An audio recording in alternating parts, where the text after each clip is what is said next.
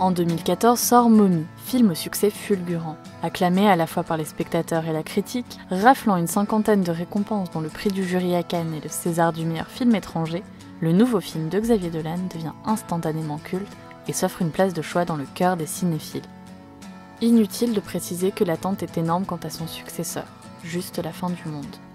Pourtant, et malgré un grand prix au Festival de Cannes et pas moins de 3 Césars, le film est accueilli beaucoup plus froidement par la critique et un public plus sévère. S'il est plus sobre et plus discret que son prédécesseur, ça ne m'empêche pas d'y voir un réel chef-d'œuvre à la réalisation excellente que je vous propose de découvrir avec moi dans cette vidéo.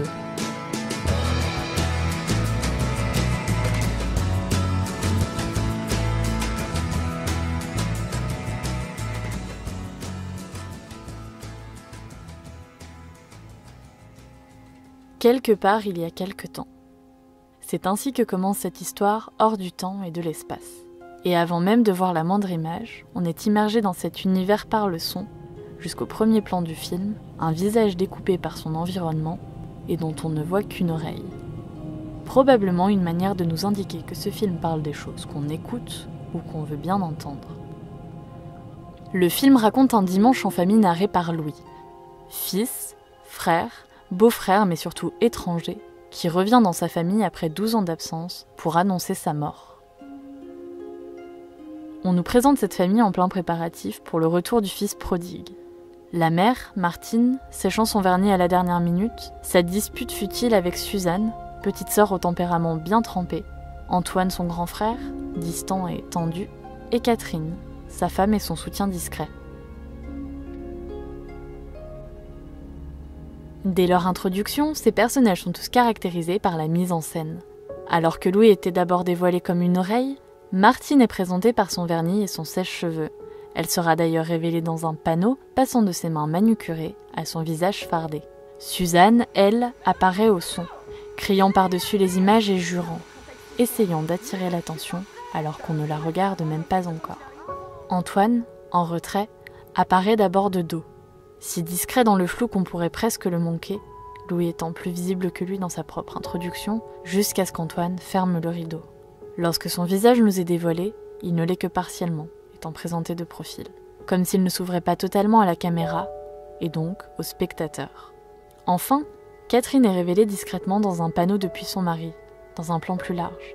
Si calme qu'on n'aurait pu imaginer sa présence avant ce moment. Elle reste seulement quelques secondes à l'image, avant que la mise au point ne se reporte sur son mari, l'engloutissant dans le flou. Dans cette courte introduction d'à peine une trentaine de secondes, on nous a déjà présenté tous ces personnages et leurs personnalités à travers une réalisation soigneusement élaborée et qui ne faiblira pas du film. Les premiers échanges entre les personnages nous rappellent que le scénario est adapté d'une pièce de théâtre. Dans un premier temps, les répliques sont déclamées sans âme, comme des fragments de texte. Les réactions sont surjouées et le résultat ressemble bien plus à une supercherie, une mascarade orchestrée, qu'à une discussion familiale, spontanée et naturelle. Les phrases des uns sont reprises par les autres, les expressions corporelles sont mimées, comme s'ils avaient tous un peu de mal à trouver leur place dans la discussion. Je comprends pas pourquoi t'as dit ça. C'est méchant. Enfin, méchant non, mais déplaisant. Ouais, c'est déplaisant, Antoine. Par moments, on peut avoir l'impression que les acteurs n'ont jamais été tous en même temps sur le plateau. Comme si leur ligne avait été jouée de manière isolée, sans personne pour donner la réplique. Sensation renforcée par le fait que les personnages ne soient presque jamais montrés ensemble, mais mis à part, enfermés dans le cadre par des gros plans, nous privant même de la première poignée de main entre Catherine et Louis. Ce n'est bien évidemment pas un hasard ni un accident, les acteurs étant tous connus pour leur talent. D'ailleurs, Gaspard Ulliel a gagné un César du meilleur acteur pour ce film, Vincent Cassel et Nathalie Baye étant tous deux nominés dans les catégories meilleur acteur ou actrice, dans un second rôle. De plus tard dans le film, les interactions entre les personnages deviennent plus naturelles, montrant bien le parti pris réussi de cette scène de retrouvailles, gênée et malaisante. Tout au long du film, l'ambiance reste tendue, les relations restent distantes, les personnages n'arrivant pas à rentrer en communion les uns avec les autres. Et cette distance est traduite à l'écran par tous les choix de cadrage. Par exemple, voici une discussion mère-fils dans Mommy. Puis ça, là, ça commence par le respect mutuel, c'est mon chum. Fait que des fuck you, on en veut pas, tu compris ça? J'en veux pas des fuck you. Ah, caquet. Qu'est-ce que je viens de te dire, toi? Ah, où c'est qu'on vit à ce temps? Saint-Hubert, proche de la 116. Et voici une discussion mère-fils dans Juste la fin du monde. C'est comme si qui voudrait te demander l'autorisation. Et je sais que t'as jamais voulu prendre de responsabilité. Je te demande rien. Je suis pas l'aîné, Martine. Je ne suis pas le substitut paternel, juste Ah non, parce arrête que... tes conneries, Louis. Arrête. Fais pas semblant, quoi. Pas une question d'âge. Utilise ta tête un peu, enfin tu vois bien, quoi. Voici une famille recomposée dans Mommy.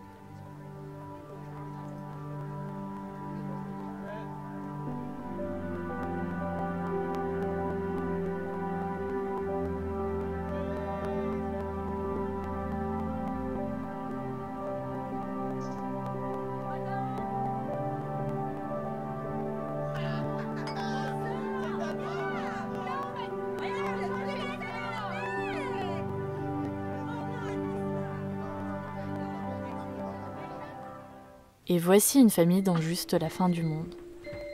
Tu vois, Catherine, ce que je te disais, c'est Louis. Il est comme ça, il n'embrasse jamais personne sauf maman. Son propre frère, il... Tu nous fous la paix, ouais? Voici un conflit violent dans Mommy.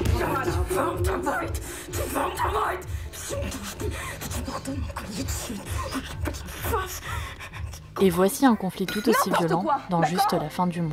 N'importe quoi, rien à voir avec Louis. Pourquoi tu veux toujours m'humilier? Pourquoi tu veux toujours humilier tout le monde? Merde, fais chier, putain! Contrairement à Mommy, qui montrait plus souvent des personnages réunis dans le cadre dont la proximité était renforcée par le format carré de l'image, Juste la fin du monde éclate les relations entre les personnages, ne les montrant que rarement réunis et les séparant par le montage. Globalement, Xavier Dolan et son chef opérateur, André Turpin, ont un travail de l'image empreint d'une forte identité artistique. Leur utilisation de la couleur, de la lumière et du flou reflète leur langage visuel atypique. On apprend assez tôt que l'histoire se déroule en été, les personnages évoquant même régulièrement une canicule. Pourtant, l'image a des tons plutôt froids, une esthétique assez sombre et des lumières plutôt douces, bien loin de l'image que l'on se fait d'un soleil de plomb. Et ce jusqu'à la fin du film, lors d'une explosion de sentiments, un des seuls moments où les personnages expriment réellement leurs émotions, et où une lumière chaude, quasi apocalyptique, viendra inonder l'espace et presque noyer les personnages. Ceux-ci fuiront à la fin de la scène vers l'arrière de la maison qui est plus froid, alors que Louis se dirigera vers la porte d'entrée, d'où émerge la lumière.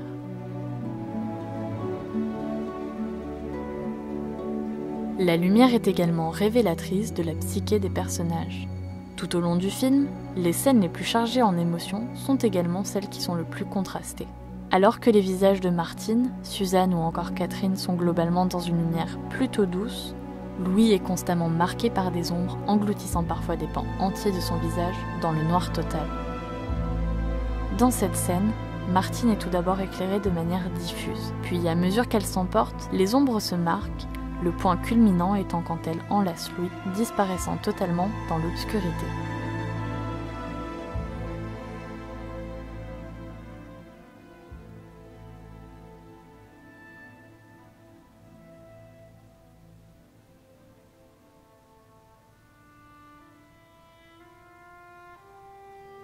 Le flou marque une séparation entre les membres de la famille.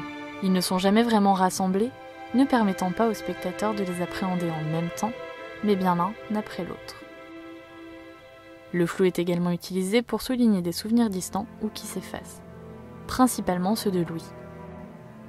Enfin, le flou est utilisé pour diriger le regard, comme dans cette scène où le changement de mise au point attire notre attention sur Suzanne avant qu'elle n'intervienne. Un peu comme un acteur de théâtre qui s'anime avant de parler pour interpeller le spectateur. Le film ne renie jamais son origine théâtrale, faisant même des coupures au noir entre les scènes du film, tel un rideau sur la scène de théâtre.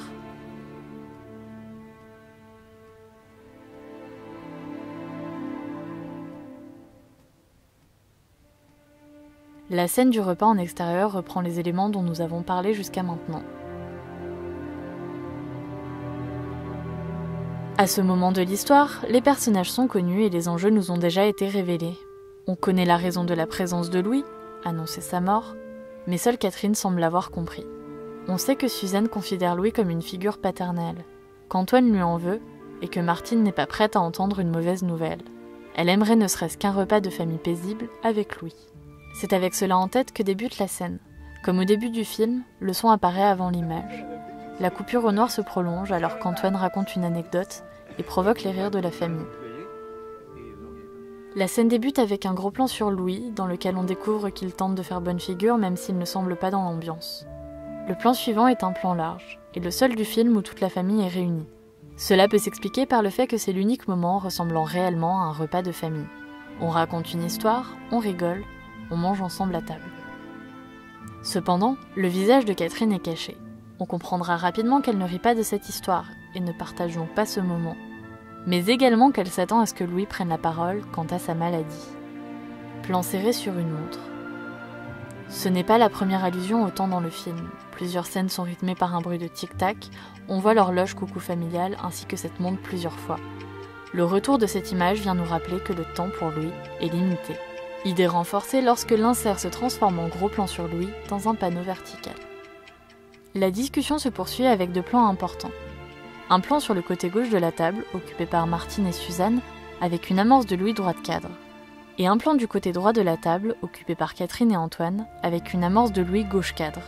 Une occasion de rappeler que Louis est en bout de table et qu'il occupe la place du patriarche. Ces 2 plans composés en miroir comme un seul auraient presque leur place dans une bande dessinée. Elles marquent l'opposition de 2 types d'attentes envers Louis. D'un côté, ceux qui attendent de Louis un malheur, Antoine s'attendant à ce qu'il rouvre des cicatrices et Catherine à l'annonce d'une triste nouvelle. Et de l'autre, ceux qui attendent de Louis du bonheur. Pour Suzanne, l'occasion de créer un lien avec son frère, et pour Martine, celui de partager un dimanche en famille. Si ces 2 plans reviennent fréquemment au cours de la scène, ils se chargeront d'une ambiance plus grave alors que la tension montera entre Suzanne et Antoine. Si Louis apparaît en contre-champ, comme pour arbitrer le conflit, ces apparitions seront de plus en plus brèves à mesure que le montage s'accélérera pour retranscrire cette agitation. En parallèle, Louis et Catherine sont régulièrement cadrés seuls. Un jeu de regard s'installe entre eux, les isolant davantage dans ce repas de famille. Et rappelant une scène arrivée plus tôt dans le film, dans laquelle un échange de regards entre les 2 personnages venait recouvrir les discussions autour. Ils sont unis par le fait qu'ils observent, qu'ils écoutent, et donc qu'ils se comprennent en silence.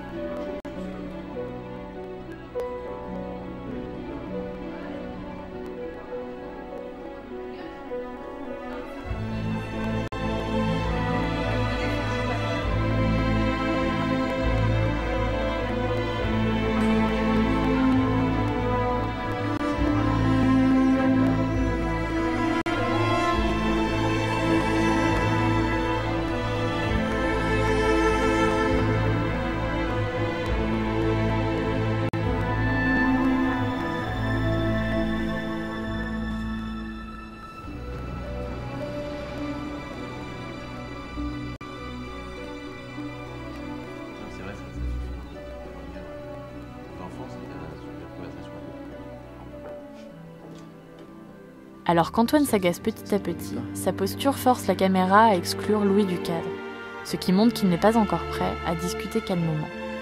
Alors que le ton continue de monter, Suzanne finit par quitter la table, et donc le cadre, action ponctuée par un plan sur Louis dans lequel elle passe en arrière-plan. Quelques secondes plus tard, c'est au tour d'Antoine de quitter la table. On revoit le même plan de Louis avec cette fois Antoine qui passe en avant-plan, avant de finir la discussion avec Martine, désormais seule dans son cadre, qui quitte à son tour la table en passant derrière Louis. Il ne reste donc plus que Louis et Catherine dans leurs gros plans respectifs, et Louis aussi quitte la table, cette fois-ci dans le plan large, laissant Catherine seule, de dos, face aux chaises vides où avait pris place le tableau familial. La scène qui avait commencé en plan large, réunissant exceptionnellement tous les membres de la famille, laissant espérer une conclusion heureuse, se clôture sur le même plan qui représente l'échec de cette journée. Voilà comment ce film, à la mise en scène plus sobre que le reste de la filmographie du réalisateur, réussit tout de même à être efficace.